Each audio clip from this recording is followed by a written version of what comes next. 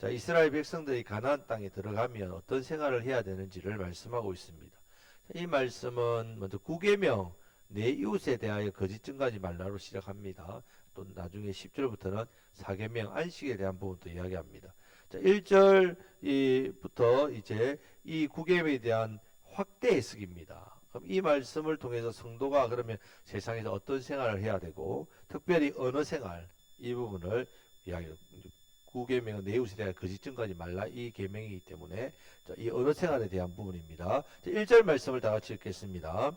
너는 거짓된 풍설을 퍼뜨리지 말며 악인과 연합하여 위정하는 증인이 되지 말며. 아멘. 자, 거짓된 풍설이라는 말은 헛된 소문을 말합니다. 루머 이런 거 있지 않습니까? 정확하게 알지 못하면서 말하는 것이 거짓된 풍설입니다. 우리가 어떤 것에 대해서 정확하게 알지 못하면 차라리 말을 하지 않는 편이 좋다는 말입니다.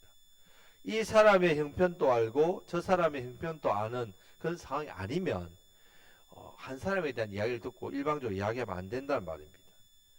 너무 쉽게 우리는 대충 어떤 사람의 이야기를 듣고 그 상대방에 대해서 그냥 그 사람 말만 믿고 똑같이 말하는 거 위험합니다. 있지도 않은 일에 대해서는 더더욱 말을 하면 안 됩니다. 그래서 악인과 연합하여 위정하는 증인이 되지 말며 없는 말을 지어내서도 안 됩니다. 어떤 사람이 비방하는 말을 했습니다. 비방하는 말을 합니다. 우리도 비방하는 말을 들으면 나도 비방하게 되죠. 근데 성도는 남을 비판하는 말, 비방하는 말을 하는 것이 옳지 않습니다. 어떤 사람은 이런 부분에 입버릇처럼 이렇게 된 체질화된 사람이 있습니다. 그냥 무슨 말만 하면 비방하고 원망하고 또 사람들을 이렇게 좀 이런 말들을 하고 자 고치기가 너무 힘듭니다. 고치기가. 자, 사람이 일 때문에 상처받는 건 별로 없습니다. 어떤 일 때문에 보통 말 때문에 상처를 많이 받지요. 악인이 모함하는 말을 내가 들었으면 들은 것을 그것도 끝내든지 아니면 그냥 더 알아보든지 저 사람이 왜 저런 말을 했을까. 양쪽 다 들어보기 전에는 내가 먼저 판단하는 것은 성도의 자세가 아닙니다. 자, 어떤 경우에는 정반대로 말하지 않습니까? 손바닥 뒤집듯이 틀린 경우가 많습니다. 한 단어만 빼면요 완전히 그렇게 되는 말들이 있지 않습니까? 어떤 말은 살짝 더 하고 어떤 말은 살짝 빼고 한 90%는 맞아요. 이단처럼 끝이 달라. 그렇게 해서 상황이 완전히 달라지는 경우도 많습니다.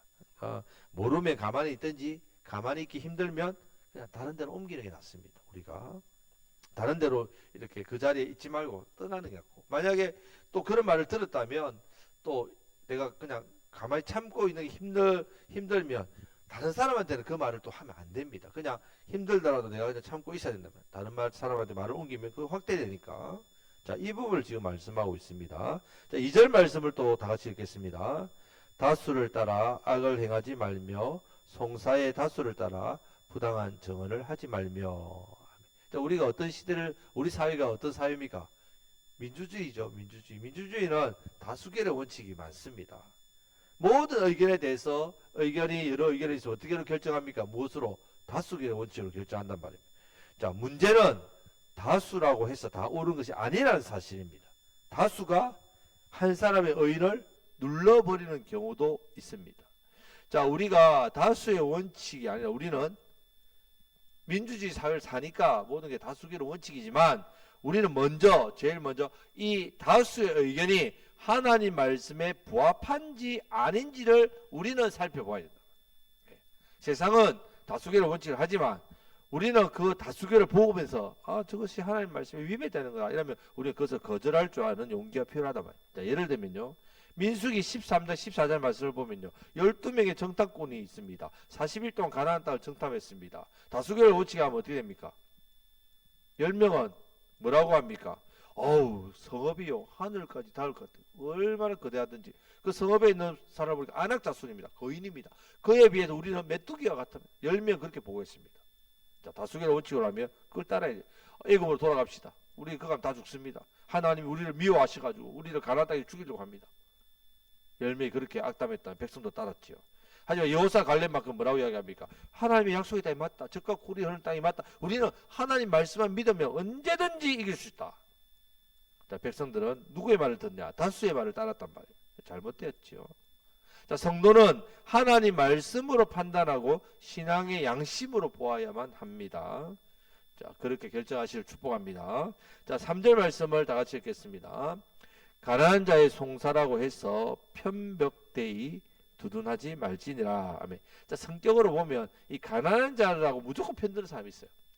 세상에 보면 약자 보면 무조건 약자에 대해서 항상 약자 편. 그 사람이 옳든 그러든 상관없이 어쨌든 약자 편에 설용한 사람이 있다는 말이에요. 자, 마음 좋은 마음이죠. 가난한 사람에게 약자에게 편드는 것. 하지만 가난한 자라고 약한 자라고 해서 무조건 옳은 게 아니란 말입니다. 자, 먼저 옳고 그른지를 먼저 판단하는 말씀입니다. 자, 지금 1절부터 3절까지는 이 말에 대한 은혜에 대한 부분을 세 가지를 합니다. 첫 번째, 잘 모르면서 말하지 말라. 다수를 따라 결정하지 말라. 다수를 따라 악을 행하는 경우가 많으니까 가난한 자라고 해서 무조건 따르지 마라. 편들지 마라. 진실. 그 사람이 옳고 그름을 보라는 거죠. 자, 성도는 이 세 가지 말에 뛰어넘어서 항상 하나님 말씀에 기초해야 됩니다. 하나님 말씀에 이것이 옳은 말인지 하나님 말씀에 위배되는 말인지를 구분해서 어떻게 해요? 하나님 말씀을 기초로 해서 해야 돼요. 성도의 말이 중요한 이유가 있습니다. 성도의 말이 왜 중요합니까? 왜 중요합니까? 성도의 입에서 뭐가 나오니까? 복음이 나오니까. 복음이. 평소에 잘 모르면서 거짓된 풍설을 퍼뜨리는 사람, 거짓 증거를 자주 하는 사람, 거짓말을 잘하는 사람, 그 사람이 말하는 이 복음을 누가 믿겠습니까? 안 믿는 거죠. 누가 받아들이겠습니까? 안 받아들입니다. 그래서 성도의 말이 중요하단 말입니다. 자, 복음에 합당한 말과 생활과 행동을 하시길 축복합니다. 아멘. 이어 4절 5절 말씀은 이제 원수와의 관계 회복에 대한 부분.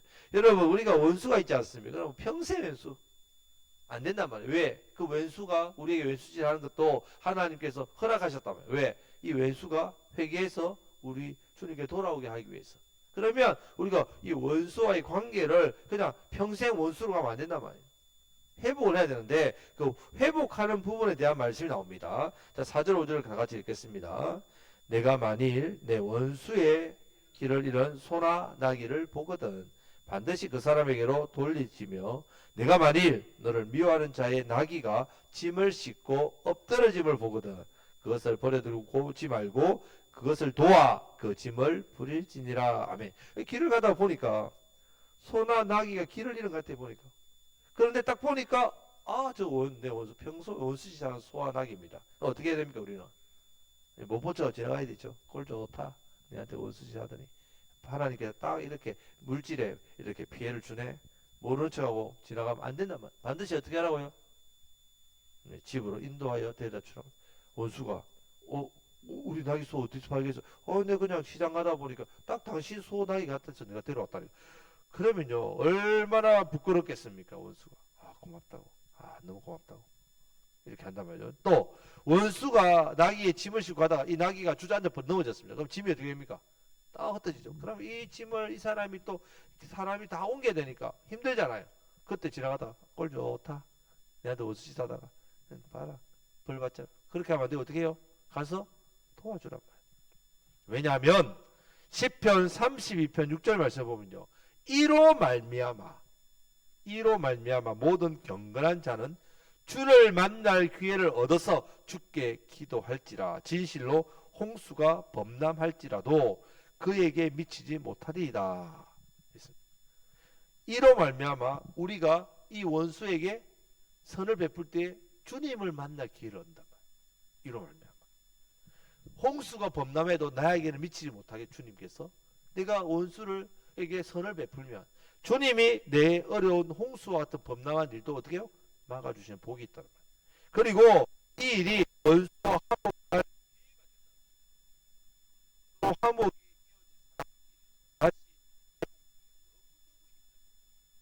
사람이요 원수가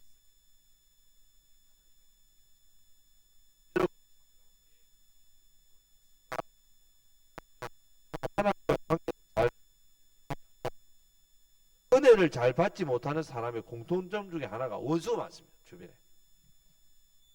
사람과의 관계가 잘 되지 않는 사람은요, 하나님과의 관계도 잘 안 된단 말이에요. 집에서 부부 싸움을 하거나 부모와 자녀끼리 한판 했다. 같이 예배에 앉아 예배를 드린다. 은혜가 되겠습니까? 절대로 은혜가 안 돼요. 말씀이 들어오겠습니까? 절대로 말씀이 안 들어옵니다. 기도가 되겠습니까? 기도 안 됩니다. 그래도 원수끼리 회복하려면 마음이 있다면 하나님 기회를 주신다 이렇게 해요. 원수의 나이가 길을 헤매고 있다. 찾아주고 도와주고. 그러면 고맙다고 하면서 내가 전에 미안했다.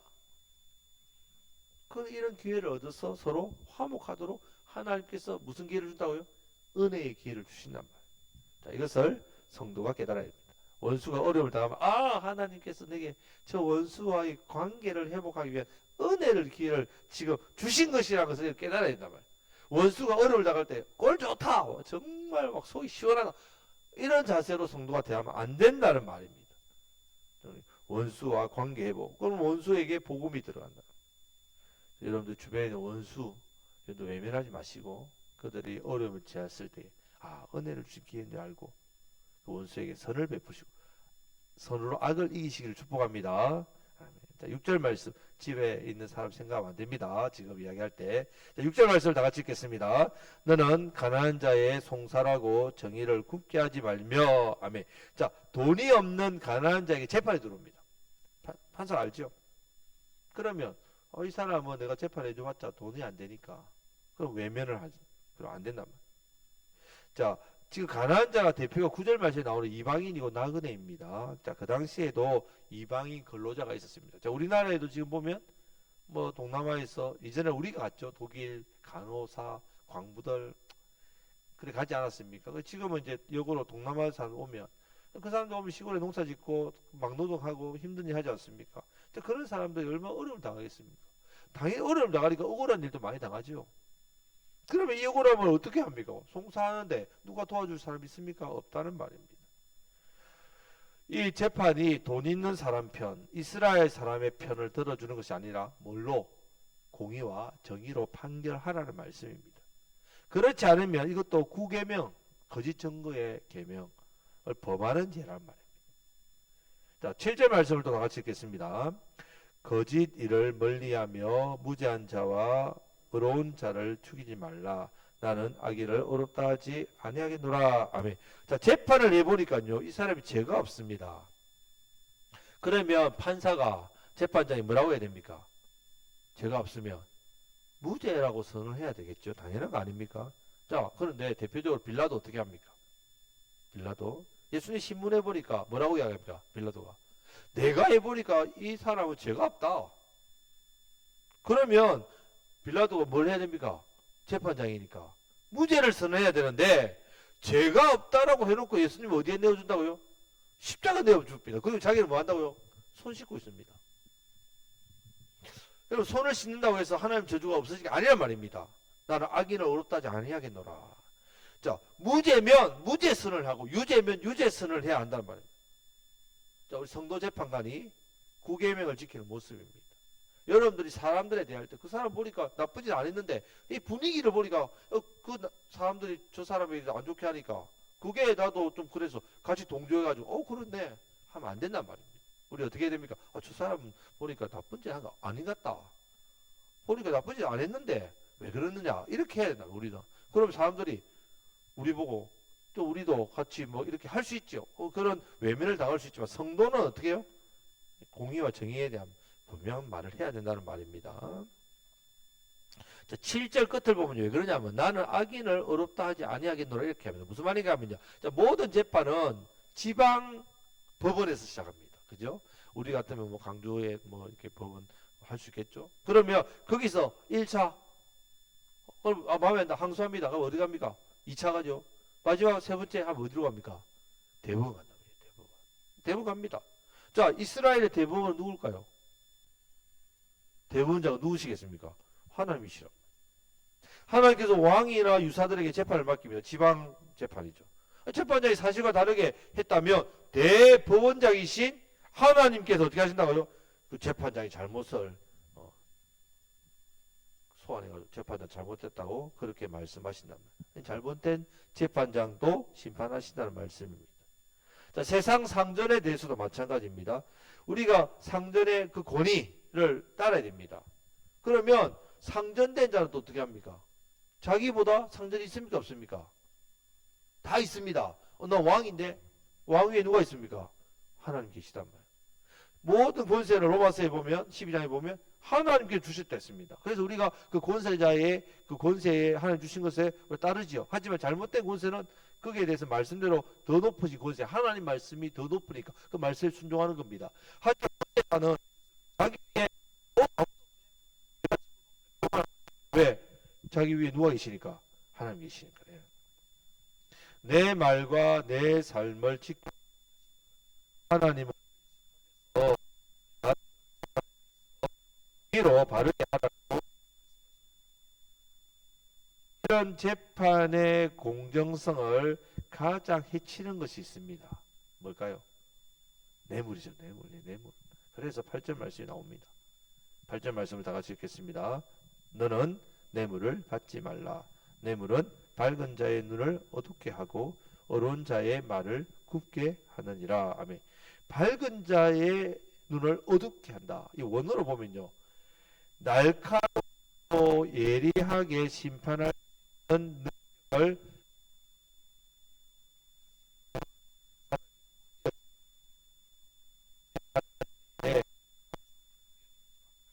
뇌물을 받으면 어떻게 된다고요? 뇌물을 받지 높은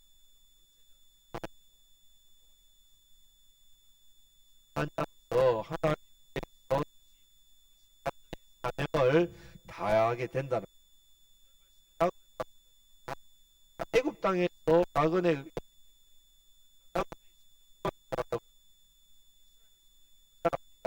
우리가 복음을 전해 여러분 우리가 복음을 전할 때에 우리가 예수 믿기 전에 우리의 모습 아닙니까? 그 사람들의 마음 심정 누가 압니까?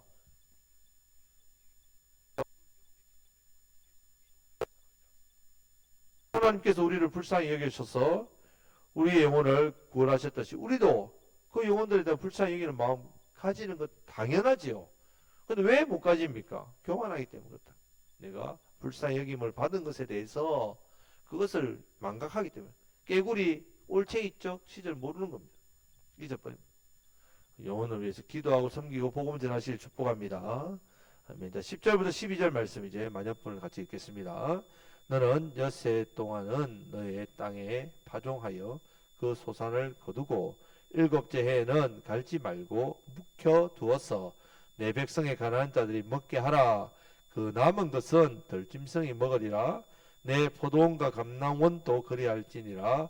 너는 엿새 동안에 내 일을 하고 일곱째 날에는 쉬라. 내 소와 나귀가 쉴 것이며 내 여종의 자식과 나그네가 숨을 돌리리라. 아멘.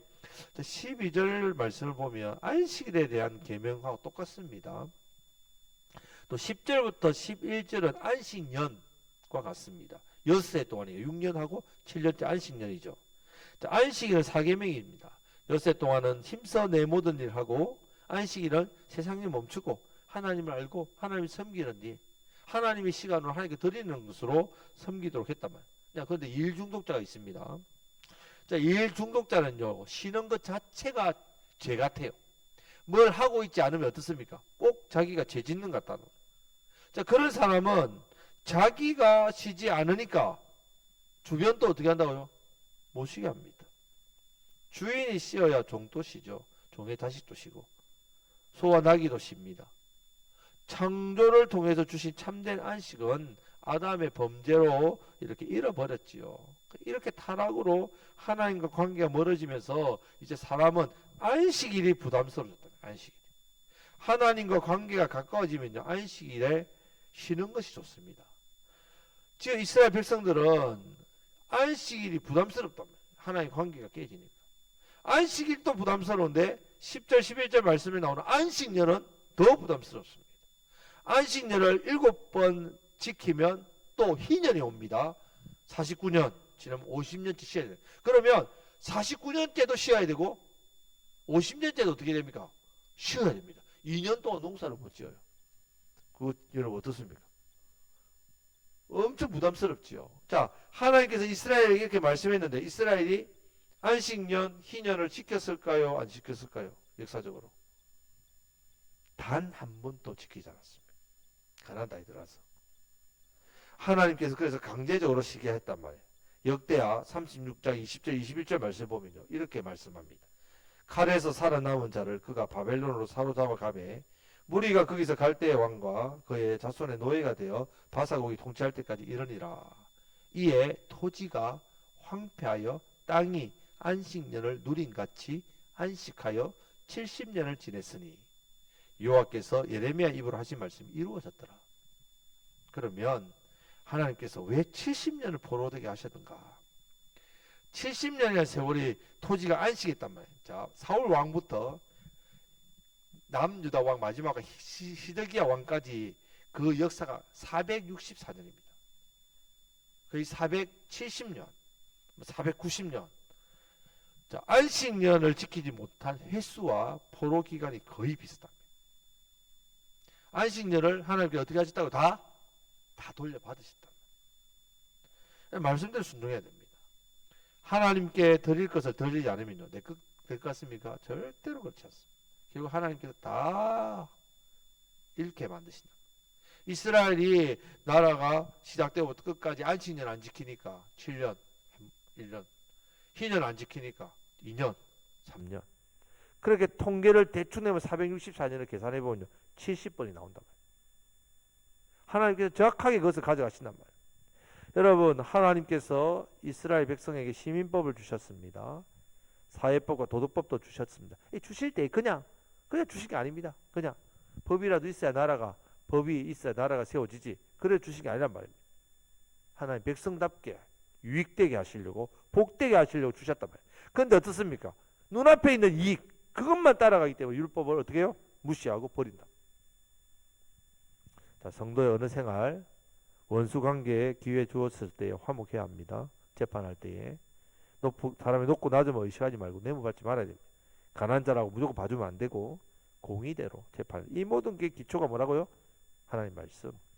안식일 반드시 거룩히 지켜야 됩니다. 여러분들이 일주일에 하루 안식일, 지금 안식년도 희년도 개념이 없지요, 지금 우리가. 하지만 안식일에 대한 부분, 주일에 대한 부분은 우리가 철저히 지켜야 된다. 6일 힘써 일하고 그 하루는 하나님께서 반드시 하나님 것이기 때문에 하나님 것으로 받으신다. 그런데 이것을 내 것으로 사용하면 여러분 내 것으로 되는가? 아닙니다. 다 찾아갑니다. 반드시. 안식일, 주일을 거룩히 지키시길 축복합니다. 성도의 이 사회생활, 언어생활, 문화생활 말씀대로만 하면 됩니다. 우리의 말과 행동, 삶을 통해서 하나님 드러납니다. 하나님 나타나신단 말이에요. 많은 영혼을 살리시기를 축복합니다. 말씀으로만 판단하시고 말씀으로 이렇게 깨달으시고 말씀대로 살면 이 모든 일들에 하나님께서 도우시는 은혜의 역사가 있습니다. 이 은혜가 있으시길 주님의 이름으로 축복합니다.